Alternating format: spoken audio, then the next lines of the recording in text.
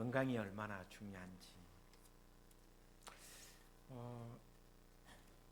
제 고향이 이제 청송이니까 가끔 고향 이야기, 어린 시절 이야기 가끔 합니다. 한겨울 되면 이렇게 얼음에서 이렇게 물이 얼잖아요. 이렇게 얼음 위에서 많이 놀았습니다. 근데 이렇게 겨울 끝자락이 되면 이 얼음이 두껍게 얼거든요. 그럼 보통 이제 굉장히 두꺼운 얼음이 되면 연못이나 이런데 얼음을 깨서 배를 만들어요. 이렇게 두꺼운 얼음에 이제 타서 이제 다 얼음을 깨고 중앙쯤에 이제 큰 얼음을 이렇게 해서 그 위에 올라가서 나무 작대기로 이렇게 배처럼 이렇게 하다가 한 번은 완전히 그 얼음이 완전히 다 깨져 버렸어요. 다행히 저는 넘어왔어요. 그러니까 얼음 그 가로 이렇게 넘어왔어요. 근데 많은 친구들이 제 기억으로 한 7, 8명쯤 된 것 같은데 난리가 난 거예요. 물에 빠진 거예요. 얼음에, 물에, 연못에서. 이제 친구도 빠졌어요. 친구 형도 이렇게 막 울부짖으면서 막 이렇게 동생을 구하기 위해서 노력하고, 또 동생 되는, 또 형아의 동생 되는 친구도 막 난리가 나고 울며불며 이렇게 하고. 순간 저는 어떻게 했을까요? 무서웠어요. 왜냐하면 친구를 구하거나 다른 사람 구하다가 같이 빠져들면 죽겠구나 이런 생각이 들어서 제가 어떻게 했냐면 숲속으로 나무를 구하러 갔어요. 긴 짝대기를. 그래 갔다 왔더니 아들 다 나왔더라고.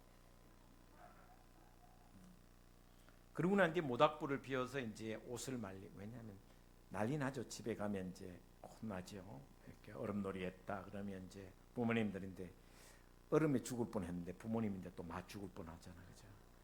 그래서 이제 모닥불을 피워놓고 이제 옷을 말리고 있었어요. 근데 친구가, 물에 빠졌던 친구가 저보고 니 어디 갔다 왔노? 해보고 제가 뭐라 그럴게요? 니 구하려고 짝대기 구하러 갔다 왔잖아. 속으로는 얼마나 창피하든지. 왜냐하면 사실은 내 본심은 내 살라고 도망간 거나 마찬가지였거든. 그렇다고 짝대기 안 구한 거 가져오진 않았는데 내 속마음은 안 죽어야지 라는 게 더 크게 있었거든. 나는 살아야 되겠다라는 마음이, 어떻게 보면 굉장히 이기적인 마음이, 내가 죽지 않으려고 구하는 척 흉내만 냈던 모습이 내 모습이 아닌가라는 생각을 지금도 합니다. 아직도 그 장면들이 한 번씩 이렇게 생각납니다. 그래서 나이가 60이 됐는데도 그때가 초등학교 3학년, 4학년 올라가기 전에 이제 겨울방학 끝자락이에요. 지금도 생생합니다. 나 그때 내가 살려고 발버둥 쳤구나, 그런 생각이 듭니다. 여러분, 어려운 시절에 위기가 닥쳐오면 세상은 항상 희생양을 찾습니다. 그죠? 희생양을 찾아요. 여러분, 2014년에 세월호 사건이 있었어요. 막 난리 났죠. 그죠? 대통령이 7시간 동안 뭐 했느냐부터. 그런데 마침 이 선장이 지 살라고, 지만 살려고 300명의 아이들을 그냥 내버려 뒀잖아요. 그러니까 그 선장에게만 모든 언론과 정치권이 막 집중 포화를 해서, 물론 잘못했어요. 그 선장이 잘못했고, 그 선장이 하나님 다른 사람의 생명보다 자기 생명을 더 소중히 여긴 것, 전 잘못했다고 생각합니다. 그러나 완전히 그 사람을 희생양으로 만들어서 원래의 다른 것들을 다 흐려버리는 것도, 그래서 희생양을 찾는 것이 사회고 또 세상이다, 그런 생각을 해봅니다. 제가 자주 여러분에게 이 시는 몇 번이나 아마 이렇게 여러분에게 소개해 드렸는데, 제가 함석헌 시를 되게 좋아합니다. 씨알사상이라는 것을 되게 좋아합니다. 이 함석헌 시 중에 그 사람을 가졌는가, 그 사람을 가졌는가, 이렇게 나옵니다. 말리길 나서는 날 처자를 내맡기며 마음 놓고 갈 만한 사람, 그 사람을 그대는 가졌는가. 이때가 이제 일제강점기 시대니까, 그렇죠? 독립운동하는 사람들의 마음을 이야기한 겁니다. 처자를 맡겨놓고 독립운동 만주골판에서 일제와 싸우려고 하는 결단을 했는데, 처자를 내놓고 가기는 너무 힘드니까 그날 처자를 내맡기며 맘 놓고 갈 만한 사람, 그런 친구가 한 명 있는가. 온 세상 다 나를 버려 마음이 외로울 때에도 저 마음이야 하고 믿어지는 그 사람을 그대는 가졌는가. 사람들이 다 나를 비난하고 나에게 욕하고 그래서 내가 외로울 때 그런 마음을 가졌구나, 믿어지는 그 사람을 그대는 가졌는가. 탔던 배 꺼지는 시간 구명대 서로 사양하며 너만은 제발 살아다오 할 그 사람을 그대는 가졌는가. 배가 침몰하고 있을 때 구명대를, 아니 요즘 말로 하면 구명조끼를, 모자라는 구명조끼 네가 입어야지. 서로 사양하며 네가 살아야지. 너만은 제발 살아다오. 그런 사람 그대는 가졌는가. 불의의 사형장에서 다 죽여도 너희 세상 빛을 위해 저만은 두거라 일러줄 그 사람을 그대는 가졌는가. 잊지 못할 이 세상을 놓고 떠나려 할 때 저 하나 있으니 하며 빙긋이 웃고 눈을 감을 그 사람을 그대는 가졌는가. 마지막 죽음의 순간에 네가 있으니 내가 평안히 갈 수 있구나. 네가 있어서 내가 웃으면서 편안히 갈 수 있구나 라는 친구가 있어. 그대는 있는가. 온 세상의 찬성보다 아니하고 가만히 머리 흔들 그 한 얼굴 생각에 알뜰한 유혹을 물리치게 되는 그 사람을 그대는 가졌는가. 이게 우리 함석헌 신학자이기도 하고 사상가이기도 하고 했던 함석헌 시 그대는 그 사람을 그대는 가졌는가. 여러분에게는 이런 친구가 있습니까?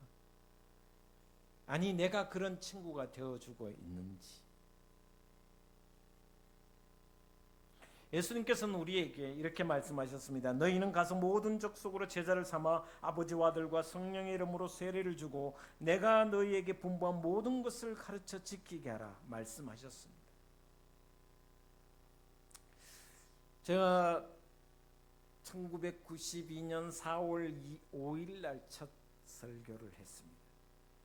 이 등지교회를 세우기 전에 등불성교회라는 곳에서 설교를 했습니다.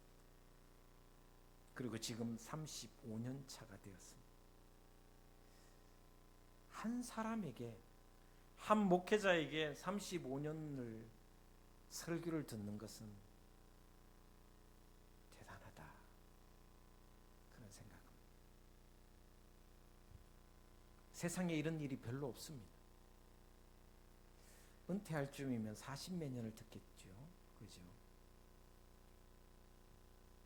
그런데도 저는 그런 생각이 듭니다. 제가 말입니다. 여러분에게 참 스승일까? 참 스승일까?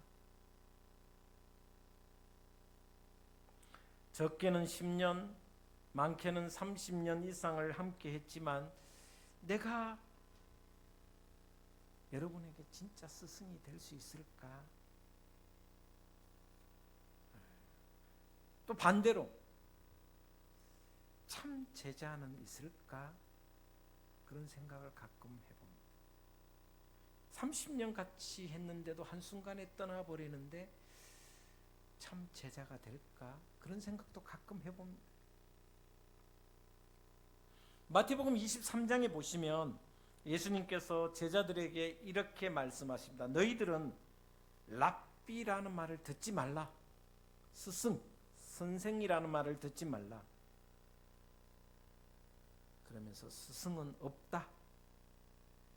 오직 스승은 예수 그리스도 한 분뿐이시다. 참 아버지도 하나님 한 분뿐이시다. 세상의 스승, 세상의 아버지를 무시하라는 뜻이 아니라 그만큼 불완전하다라는 것입니다.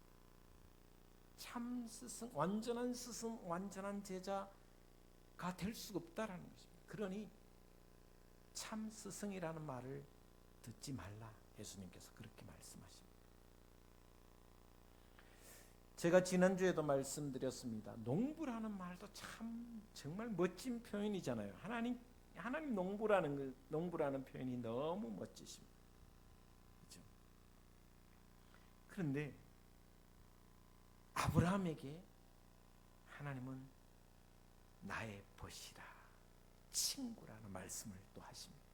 저는 이 말씀도 제가 듣고 싶은 말, 세상 사람들에게도 들어야 되겠지만, 진짜 참 친구라는 말도 들어야 되겠지만, 하나님이 저를 향하여 너는 나의 벗이다 라는 말씀을 해주시면 너무 좋겠다, 그런 생각을 합니다. 아브라함에게 벗이라는, 친구라는 말을 3번이나 하십니다. 역대하 20장 7절에 보시면 지금 개역 개정에는 사랑하시는 아브라함이라 표현했지만 옛날 개역 성경에는 나의 벗, 나의 친구, 나의 벗 아브라함이라 이렇게 표현해놨습니다. 야고보서 2장 23절에 아브라함을 두고 그는 하나님의 벗이다 이렇게 표현해놨습니다. 이사야서 41장 8절에도 나의 벗 아브라함. 성경을 보시면 하나님은 하나님의 비밀하심을 다 많이 숨기십니다. 참 많이 숨기시고 감추어 두십니다. 그런데 아브라함에게는 당신의 계획과 당신의 비밀과 세상을 향한 마음들을 다 이야기해 주십니다. 소돔과 고모라의 멸망을 가서 그냥 멸망시키면 됩니다. 이 소돔과 고모라가 얼마나 악했으면 하나님의 진노가 정말 엄청났습니다. 그런데요, 바로 소돔과 고모라로 가지 않고 아브라함에게 가셔서 아브라함에게 미주알 고주알 다 말씀하십니다. 친구, 벗,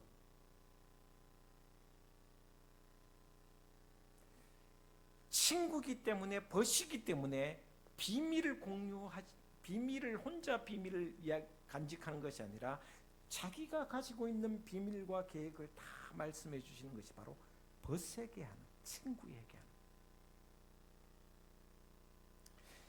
예수님이 이 땅에 오셨습니다. 그리고 3번 친구라는 말을 썼습니다. 누가복음 12장 4절에 따르는 제자들에게 이렇게 말씀하십니다. 누가복음 12장 4절 한번 같이 보겠습니다. 시작. 내가 내 친구 너희에게 말하노니 몸을 죽이고 그 후에는 능히 더 못하는 자들을 두려워 말라. 너희는 나의 친구다라고 제자들에게 말씀. 요한복음 11장 11절에는 또한 이렇게 말씀하고 있습니다. 같이 보겠습니다. 이 말씀을 하신 후에 또 이르시되 우리 친구 나사로가 잠들었도다. 그러나 내가 깨우러 가노라. 나사로를 친구라 표현하고 있습니다. 그리고 오늘 본 말씀 제자들에게 한 말씀이지만 오늘 우리 모두에게 주신 말씀입니다. 오늘 본 말씀 15절에 성경 오늘 본문 말씀 15절을 한번 띄워보겠습니다. 시작. 이제부터는 너희를 종이라 하지 아니하리니 종은 주인이 하는 것을 알지 못함이라. 너희를 친구라 하였노니 내가 내 아버지께 들은 것을 다 너희에게 알게 하였음이라 라고 말씀합니다. 3년 동안 제자들과 함께 하시면서 예수님은 제자들에게 구원의 길, 진리의 길, 영생의 길을 다 가르쳐 주셨습니다. 또한 그 말씀을 하시고 종은 주인이 하는 것을 모르지만 친구는 다 안다라고 지금 말씀하시는 겁니다. 그래서 내가 너희를 종이라 하지 않고 이제부터 친구라 하노라. 어떤 친구인가? 어떤 친구입니까? 친구를 위해 목숨을 내어놓는, 목숨을 버리는 그 친구는 바로 예수 그리스도십니다. 대신 목숨을 내어주신 친구, 그분이 바로 예수 그리스도입니다. 예수님은 죽을 이유가, 십자가를 질 이유가 하나도 없었습니다. 제가 서두에 얼음이 깨져서 제가 도망치듯 했던, 사실은 친구도 살리고 나도 살고 뭐 이런 마음도 있었습니다. 그렇죠? 생각해 보면 내가 살아야지, 그렇죠? 친구 살려놓고 내가 죽어야지, 그런 생각을 저는 꿈에도 해본 적이 없습니다. 내가 미쳤나요? 왜? 이런 생각, 그때 생각입니다. 지금도 사실은 마찬가지입니다. 나도 살고 친구도 살려야지. 나는 죽고 친구를 살린다? 저는 그러지는 잘 못할 것 같아요. 그렇죠? 그런데 예수님은 십자가를 지실 이유도 없었음에도 불구하고 우리를 살리기 위해 친히 당신의 목숨을 내어주셨습니다. 우리는 친구 될 자격이 없습니다. 왜? 늘 배신하는, 예수님을 배신하는 존재입니다. 친구라고 불릴 자격이 없었습니다. 아니, 친구가 아니라 하나님의 원수였습니다. 우리는 원수 노릇하는 우리를 친구 삼으시고 친구를 위해 당신의 목숨을 버리신 예수 그리스도라는 것입니다. 여러분, 성경을 보시면 아브라함이 하나님 보고 내 친구라고 말씀한 적이 한 번도 없습니다. 하나님이 말씀하셨습니다. 우리가 예수님께 당신은 나의 친구입니다 말할 수가 없습니다. 주님이 말씀하셨습니다. 너희를 종이라 하지 않고 친구라 한다. 16절에는 이렇게 말씀하고 있습니다. 16절 같이 보도록 하겠습니다. 너희가 나를 택한 것이 아니요 내가 너희를 택하여 세웠나니 이는 너희로 가서 열매를 맺게 하고 또 너희 열매가 항상 있게 하여 내 이름으로 아버지께 무엇을 구하든지 다 받게 하려 함이라. 너희가 나를 택한 것이 아니고 내가 너희를 택하여 세웠다라고 말씀하셨어요. 여러분, 왜 예수님은 여러분을 친구로 택하셨을까?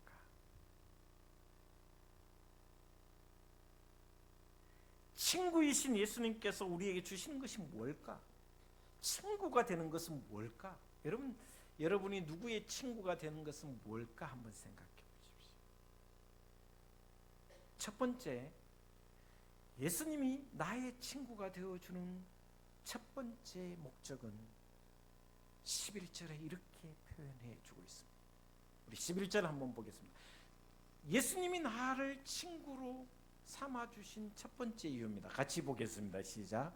내가 이것을 너희에게 이르면 내 기쁨이 너희 안에 있어 너희 기쁨을 충만하게 하려 함이라. 할렐루야. 기쁨을 주는 것입니다. 내 기쁨이 너희 안에 있어 너희 기쁨을 충만하게 하려 함이라. 여러분, 기쁨이라는 것이, 기쁨은 누가 주겠습니까? 뭐 아들이나 딸이나 손녀나 손자가 오늘 우리 최기란 집사님께서 수원에 손녀 집에 갔는데, 여러분, 딸보다 지금은 손녀거든요. 이렇게 나이 들어서 손자 손녀를 보면 정말 딸 키울 때, 아들 키울 때보다 상상할 수 없는 기쁨이 있대. 그죠? 그런 기쁨이 있다. 기쁨을 주는 거예요. 근데요, 성경에서 기쁨을 주는 것은 진리가 기쁨을 줍니다. 진리가 없으면 참 기쁨이 없습니다. 여러분이 신앙생활 하면서 기쁨이 없다면 기독교의 진리 안에 없다는 뜻입니다. 진리가 무엇입니까? 예수 그리스도 복음입니다. 십자가입니다. 반대로 기쁨이 나에게 있다면, 신앙생활하면서 기쁨과 즐거움과 감사가 있다면 내가 진리 안에 있다는 뜻입니다. 그래서 기쁨과 진리는 항상 같이 있습니다. 그래서 성경은 이렇게 말합니다. 진리와 함께 기뻐하라. 아무리 바르고 아무리 옳고 아무리 의로운 것이라도 기쁨이 없으면 정의가 아니고 옳음이 아닙니다. 의로운 것이 아닙니다. 내 안에 기쁨이 없다면 아직 진리를 제대로 알지 못하는 것입니다. 여러분, 제가 지난주에도 말씀드렸지만 저는 이제 산을 좋아하거든요. 지금은 이제 다리도 좀 불편하고 이제 고관절도 수술한 지 20년 되고 오른쪽은 무릎이 연골이 많이 따라서 높은 산은 못 올라갑니다. 잘. 그래서 50대 제가 한라산, 지리산, 천왕봉, 그 다음에 설악산, 대청봉 오르고, 그 이후로는 제가 500m 이상은 절대 안 오겠다. 제 나름대로 제가 버킷리스트를 해서 그 세 산은 다 올랐습니다. 근데 대청봉 올라갔다가 죽는 줄 알았습니다. 무릎이 아파갖고 기어 내려왔거든요. 다시는 내가 500m 이상은 안 가겠다고 약속했어요. 제 스스로 약속했어요. 근데 지금도 가끔 이제 와룡산 올라갑니다. 무릎이 아파도. 이유는 뭐냐? 운동도 운동이지만 자연이 주는 것은 정말 저한테 너무 행복이거든요. 올라가서 산을 걷다 보면 계절마다 너무너무 좋아요. 비 오는데 나간다고 뭐라 할 때도 조금 꾸중 들을 때도 있지만 그래도 비 와도 갑니다. 가끔씩. 네. 비가 오는 중에 산을 오르는 것도 너무너무 행복하고 말씀을, 하나님 주신 말씀을 읽다가도 주는 깨우침과 깨달음이 저를 행복하게 하거든요. 성경을 읽다가 정말 너무너무 기뻐. 야, 이게 이런 말씀이었나? 어느 순간 정말 감격하고 기쁨이 막 밀려오는 그럴 때가 종종 있습니다. 그래서 말씀을 읽다가 그 말씀의 진리 안에, 그 진리 안에서 감격하는 기쁨이 넘쳐날 수 있거든. 하나님 지으신 창조 안에서 자연 속에서 들판도 한번 가보십시오. 요즘 한번 물론 가뭄이 너무 심해가 메마른 잎들이 좀 자주 보이긴 하지만 그러나 그 이 가뭄 속에서도 버티는 생명력을 자세히 들여다보시면 놀랍습니다. 오늘 비가 내려서 더 풍성해지겠지만 저는 자연을 볼 때마다 또 세상에 이 지으신 창조물을 볼 때마다 하늘과 자연의 이치를 만드신 그 하나님의 놀라우신 그 기쁨을 저는 종종 느낍니다. 우리의 유일하신 친구, 그분은 길이요 진리요 생명이시기에 우리에게 기쁨을 주십니다. 예수 그리스도 안에 우리가 노예에서 해방되어 기쁨을 누리고 예수 그리스도 안에서 이 세상의 초동 학문이나 가치에서 해방되는 기쁨. 여러분 세상의 학문 아무리 해보십시오. 하나님이 주신 진리 안에 복음의 기쁨. 그래서 보이는 것은 잠깐이요 보이지 않는 것은 영원하다라는 놀라운 사실 때문에 여러분 가슴 속에 기쁨이 충만해지는 것을 느끼지 못합니까? 저와 여러분을 친구로 삼으신 예수 그리스도의 그 은혜에 기쁨이 넘치는 삶이 되시기를 주의 이름으로 축복을 드립니다.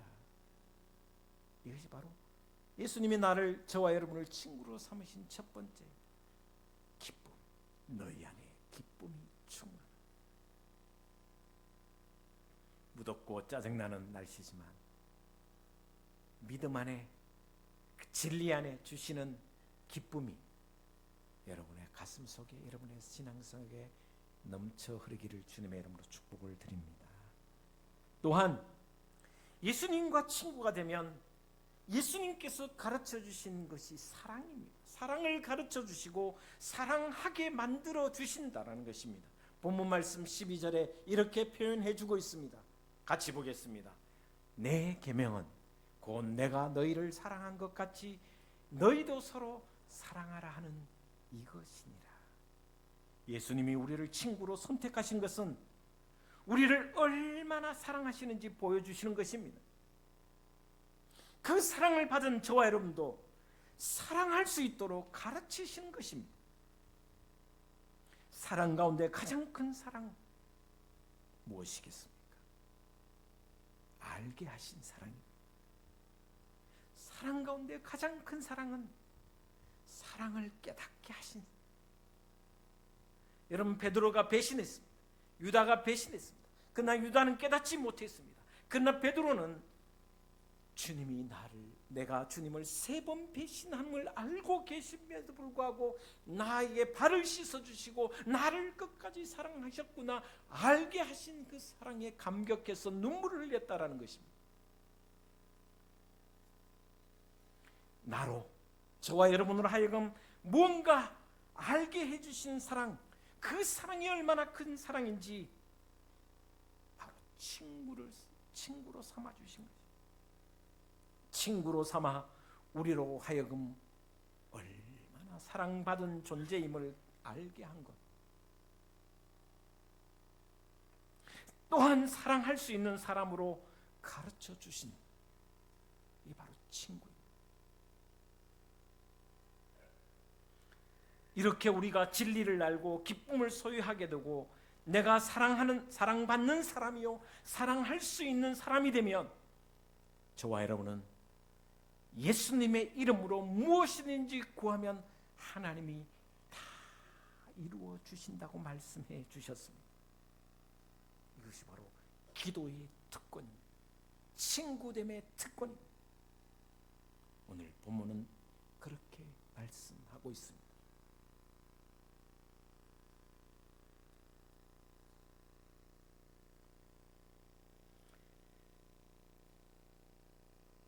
우리 안에 참 사랑이 있으면 무엇이든지 예수 그리스도의 이름으로 구하면 다 얻게 해 주신다는 말씀입니다.